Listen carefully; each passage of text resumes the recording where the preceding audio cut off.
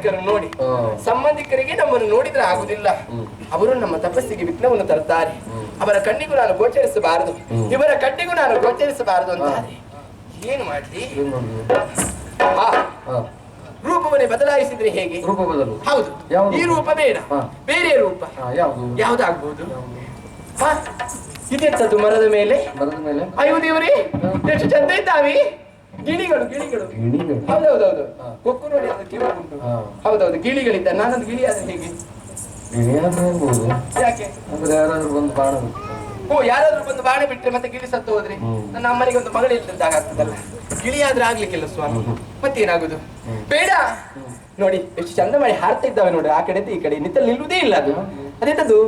ಜಿಂಕೆ. ಜಿಂಕೆ ಹೌದೌದು, ನೋಡಿ ನೋಡಿ ಹಾರ್ತಾ ಇದ್ದಾವೆ. 3 4 ಬಂತು, 4 ಒಟ್ಟಿಗೆ ಬಂತ ಆ ಕಡೆಯಲ್ಲಿ. ಅದೆಂತದ್ದು? ಜಿಂಕೆಗಳು.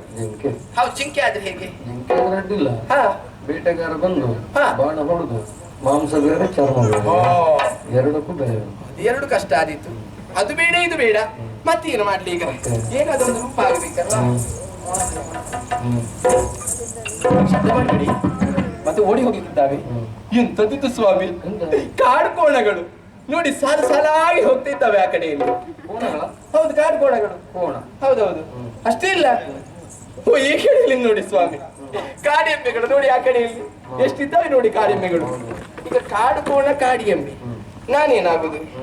ನಾನೊಂದು ಕಾಡಿಎಮ್ಮೆ ಆದ್ರೆ ಹೀಗೆ. ನೀವು ಎಮ್ಮೆ ಎಮ್ಮೆ ಅದಾಗುದಿಲ್ಲ, ಎಮ್ಮೆ ಮಾಲಿನ್ಯ ಆಗುದಿಲ್ಲ. ಎಂತದ್ದು ನಾನು ಎಮ್ಮೆ ಆದ್ರೆ ನೀವು ಕೋಣ ಅಂತೀರ ಅಂತ ಹೇಳುದಾ? ನೀವು ಅದಕ್ಕೆಲ್ಲ ಸಿದ್ಧನಾಗಿದ್ದೀರಿ. ಅದಾಗುದಿಲ್ಲ. ಅದಕ್ಕೆ ಹಾಗೆ ಹೆಸರಿಟ್ಟರೆ ಆಗ್ತದ? ಅದಕ್ಕೊಂದು ಹೆಸರಾಗಬೇಕಲ್ಲ, ನಾಮಕರಣ ಮಾಡುದು. ಈಗ ನನಗೆ ನಾನೇ ನಾಮಕರಣ ಮಾಡಿಕೊಳ್ಳುದು. ಈಗ ಅದು ಮಹಿಷಿ, ನಾನು ಮಹಿಷಿ. ಮಹಿಷಿ ಎನ್ನುವಂತ ಹೆಸರು ಇಟ್ಟುಕೊಂಡ್ರೆ ಹೇಗೆ? ಒಳ್ಳೆ ಹೆಸರಲ್ವಾ? ಯಾರಿಗೂ ಗೊತ್ತಾಗುದಿಲ್ಲ, ಅದ್ರ ತಂಟೆಗೆ ಯಾರು ಬರುದಿಲ್ಲ ಸ್ವಾಮಿ. ಯಾಕೆ ಹೇಳಿದ್ರೆ ಪಾಪದ. ಹೌದೌದು, ಹಾಗಾಗಿ ನಾನು ಪಾಪದವಳಾಗಬೇಕೀಗ. ಹಾಗಾಗಿ ಮಹಿಷಿಯ ಆಕೃತಿಯನ್ನು ಧರಿಸಿಕೊಂಡು ಕಾಣುವ ಬೆಟ್ಟದ ಮೇಲೆ ತಪಸ್ಸಿಗೆ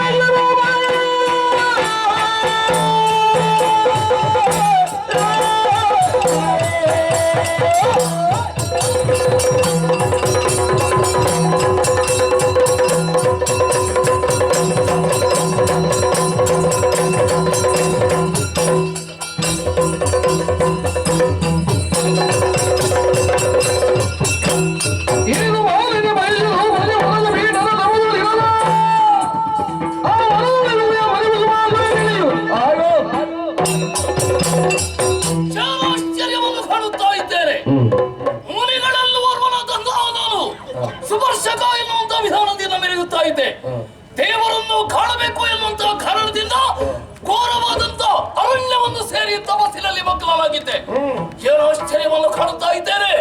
ನನ್ನ ತಪಸ್ಸಿಗೆ ಒಂದು ರೀತಿಯ ಭಂಗವೂ ಆಯಿತು. ಕಾಣಬಾರದೆ ಸುತ್ತಮುತ್ತ ಬಾನಾಡಿಗಳು ಕರಿಬಿಚ್ಚಿ ತಲೆಯನ್ನು ಉರುಳುತ್ತಾ ಇದೆ. ಗಿಡ ಮರ ವೃಕ್ಷಗಳು ಬೆಂಕಿಗೆ ಆಹುತಿಯಾಗುತ್ತಾ ಇದೆ. ಇದಕ್ಕೆ ಕಾರಣ ಯಾರು? ತಿಳಿಯುತ್ತಾರೆ.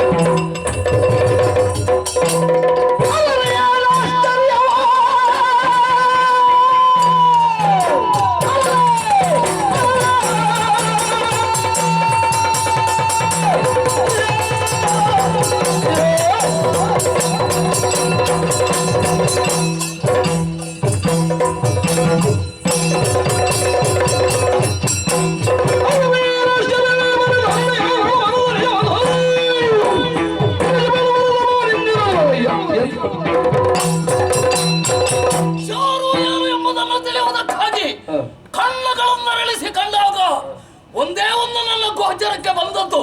ದಿತಸುತೆಯಾದಂತಹ ಮಾಲಿನಿ ಪುತ್ರಾಪೇಕ್ಷೆಯಿಂದ ತಪಸ್ಸನ್ನು ಮಾಡುತ್ತಾ ಇದ್ದಾಳೆ. ಈ ರೀತಿಯಾದಂತಹ ಒಂದು ತಪಸ್ಸು ಈ ಘೋರಾರಣ್ಯದಲ್ಲಿ ನಡೆಯಿತು ಎಂದಾದ್ರೆ ಪ್ರಾಣಿ ಪಕ್ಷಿಗಳು ಬಿಡಲಿ, ಎಲ್ಲರೂ ಸರ್ವನಾಶವಾಗಿ ಹೋಗ್ತಾರೆ. ನಮ್ಮಂತ ಮುರಿಗಳಿಗೂ ಆಶ್ರಯ ಸ್ಥಳವಿರುವುದಿಲ್ಲ. ಆದ್ದರಿಂದ ಹೀಗೆ ಬಿಡುತ್ತೇನೋ ಮೂರನೇ ಗಾಳಿ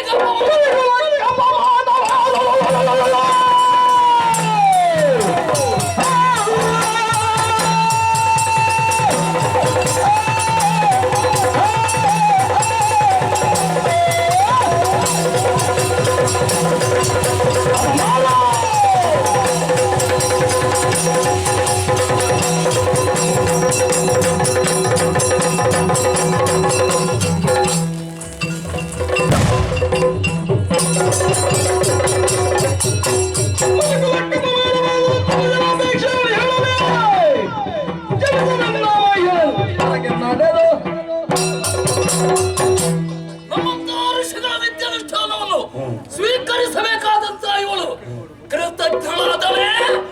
ಆದ್ದರಿಂದ ಇವಳು ಪುತ್ರಾಪೇಕ್ಷೆಯನ್ನು ಬಯಸುತ್ತಾ ಇದ್ದಾಳೆ ಎಂದಾದ್ರೆ ಇವಳಿಗೆ ಪುತ್ರನಾಗಬೇಕು. ಹೇಗೆ? ಇವಳ ಉದರದಲ್ಲಿ ಕೋಣನೇ ಹುಟ್ಟಲಿ, ಬಾಣನೇ ಹುಟ್ಟಲಿ, ಮಹಿಷನೇ ಜನಿಸಲಿ. ನಾನು ಕೊಟ್ಟಂತಹ ಶಬವನ್ನು ತ್ರಿಮೂರ್ತಿಗಳಿಗೂ ತಿದ್ದಲು ಸಾಧ್ಯವಾಗಿ ಹೋಗಲಿ. ಶಬವನ್ನೇನೋ ಇವಳಿಗೆ ಕೊಟ್ಟದ್ದಾಯ್ತು. ಮಲಿನವಾದಂತಹ ಈ ಸ್ಥಳದಲ್ಲಿ ನಿಲ್ಲುವ ನಾನಲ್ಲ, ಸುಸ್ಥಳವನ್ನು ಬಯಸುತ್ತಾ ಹೋಗ್ತೇನೆ.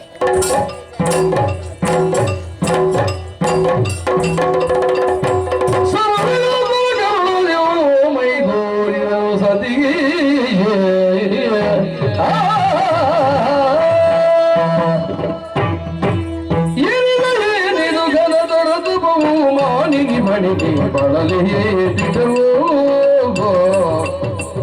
ಏನಿದು ಏನಿದು ಗರದರದ ಬಹು ಮಾನಿನಿ ಮಣಿಯನಿ ಬಳಲಿ